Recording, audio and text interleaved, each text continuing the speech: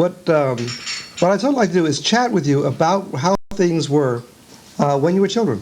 At the turn of the century, you mean? At the turn of the century. You're not that old. Tell me about how, because You know, you remind me of a joke that I heard some time ago about a girl who was talking to another girl. She said, "How old are you?" She said, "Well, I have just turned 23. She said, "Oh, you just turned 23? You mean you're 32? Very good, very good, very good. But you know, my generation and my kids' generation, so far removed from where the world was when you first, when you grew up in Well, in my generation, years back, we didn't have steam heat like we have today. We had stoves, and the thing that brings it to my mind is a illustration in this Sunday's edition of the New York Times.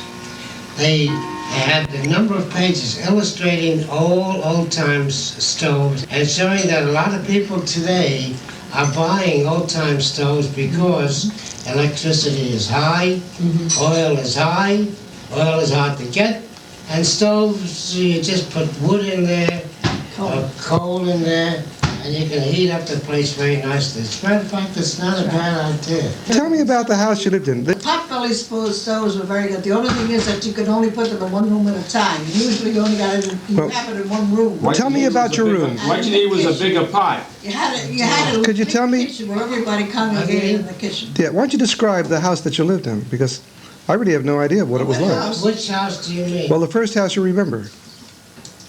Where was it? And Probably the one in the Bronx on Cypress We're going to go Avenue. back to the very first house we lived in. We lived in houses which were known as railroad flats. And the reason they were called railroad flats is because the rooms were on a straight line, one right after the other. No curves, no anything. And no Right. windows. Well, yeah, maybe a window at the front. One in the front, one in the back. Yeah, That's they were all. called railroad flats, and they were also cold water flats because hot water, nothing doing. You made your own, or you didn't have any. You boiled it on the stove or you didn't have hot water. That's right. And also you didn't have electric lights then either. No, What you had gas is just light. a gas light. Yes. Um, We had gas until we moved to that house in Brooklyn. Is that the gas that you had to you have a meter and you had to put a quarter in to get That's gas? right, that's right. So what happened if you didn't have a quarter? Many's the time my mother didn't have a quarter, we sat in the dark. So you How about candles? Did you use candles? Yeah, but they no, was- no chicky, no shirty. Well- And how are your bedrooms situated? we moved to Brooklyn in the area of 1920, in the area of 1920. Where were you More or less before? a year. Wait a minute, Bill. Where were you before? Tell them Before about. that, we were in 690 East 138th Street. And that's Yeah, in the Bronx, between Cypress and St. Anne's Avenue. that's right. Now, how many were there in the That house family? finally converted into steam. Yeah, well, tell me more about the house. How many people were there in the house, and did you have separate bedrooms, and who slept where? In And the The whole, railroad flat. the whole family was there. We were 4 boys and 2 girls.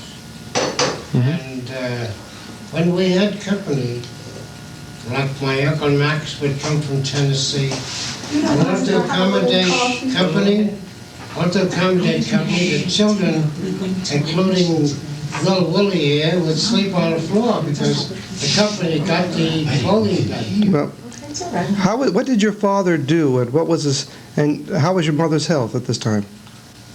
My mother's health was never top-notch because she was always somewhat overweight. But what did my father do? He was a house painter, a very hard-working guy. He'd get up in the morning when it was still dark, go out on the job, begin the job very early. And in those days,